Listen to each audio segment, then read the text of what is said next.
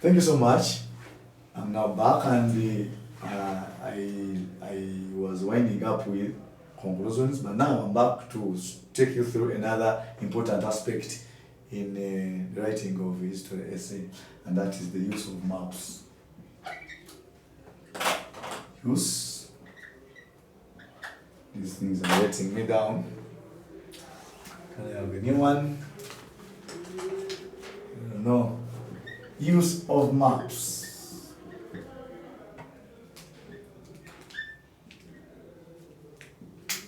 Very many people have been asking, how do we use maps? Especially to do with the migrations, or migration. Let us talk about the migration of the Bantu to East Africa.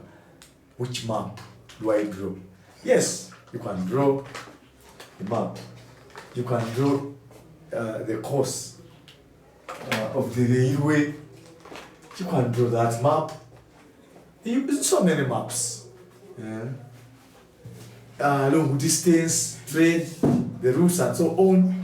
You can. But the most important here is it should be sketchy. Maps must be sketchy. Yes. It's not a map that you are going to write to be so neat about, and some even go an extent of using a tracing paper. It is remember you are doing an exam. You're doing an exam, so you have to sketch. Another thing is manage time. Remember, as you draw the map, you have 30 minutes. 30 minutes for the entire question. So if you spend more time on the map, which I'm going to tell you how many marks you earn, you will be surprised. Some people say I would rather leave the map. Because one, it will take your time. Two, you may end up drawing something that is not even necessary. So, sketch it, manage the time. Very important. Very important. Time management, a must. And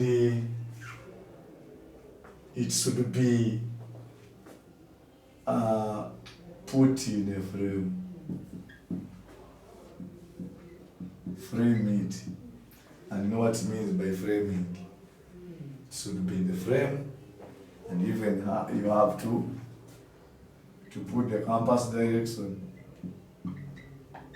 Yes. And after doing all that, you earn yourself 2 marks. You earn yourself 2 marks. Like I told you, some people, you say, I would rather leave the one. But you need them. Supposing you got 6 out of the other body points, the body points, you add on your 2, you get your 8. So if you can, please draw the map. That is to do with map, use of the map in writing a good history essay. That one now takes me to sequential questions. After the map, I also have to talk about sequential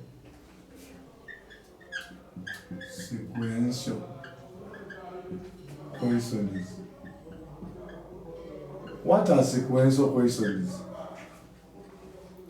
These are the ones that can be answered in a specific sequence or order, chronological. And what do I mean? I can give an example of a question to be answered in sequential order.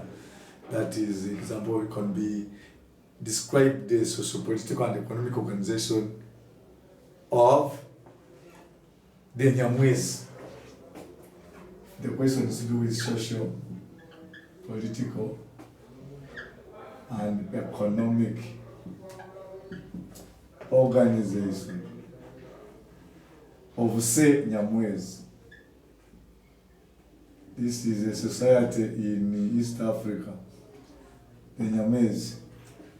Now, why do they want the sequence to be followed. For example, if it is the socio-political and economic organization, so how are you going to answer this? Some can decide to follow the setup. They begin with the social aspects of the Nyamwezi society, how they organize, how they live. Another one, I mean, they will also follow with the political aspects and then the economic. This is your choice. But there is a note here. Not well. MEB. If you are not sure of this order, that I am not going to exhaust all the social points, all the political points, and all the economic points, it is advisable that you don't commit. What do I mean when I talk of committing? When you answer exactly a question, somebody will say, socially, the Nyamwezi were organized as follows. And the moment you say socially, you have committed yourself. You are not going to write any other point that is not under social. Don't commit if you are not sure. But if you are sure, you can commit. I mean, you can say social and you finish all the. For example, if it is normally these are block questions. The ones that are set without any other part. But should it be set on parts, part A and B? So maybe it is part B. There you are safe, because part B normally requires us to write around the 15 points or even 13. So there you are okay. You can apportion your points. The social ones you say maybe 4. The political ones also 4, and then the economic ones also 4. These are 12. And remember, the question wants us to get, the question is about how many? 13 what? Marks, just part B.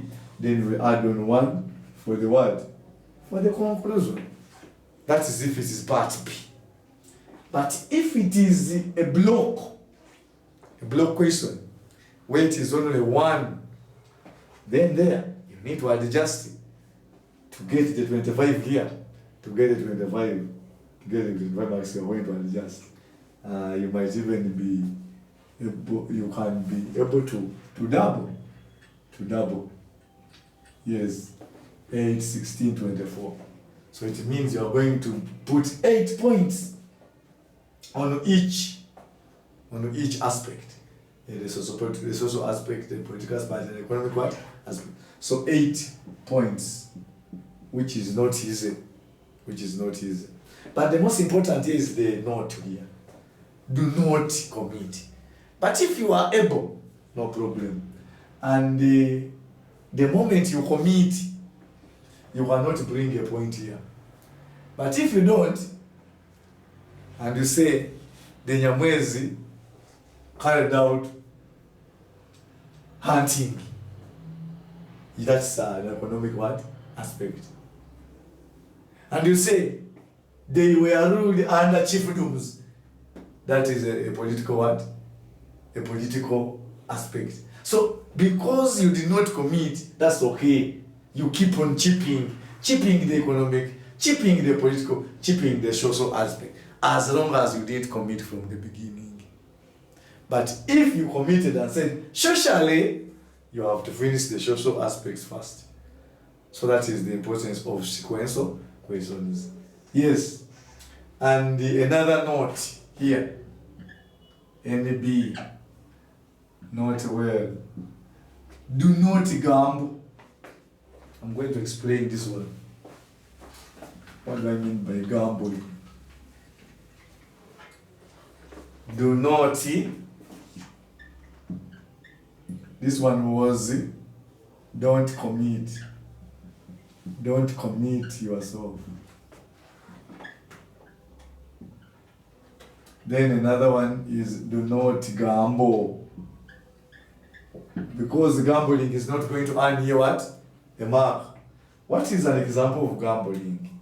there are some gambling students. I marked one, and so was the exact question, the Nyamwezi.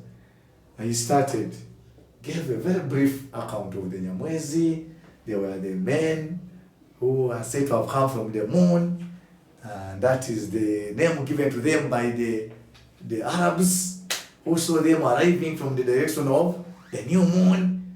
I just love the introduction. And he went ahead to say they were organized under chiefdoms, which is very good.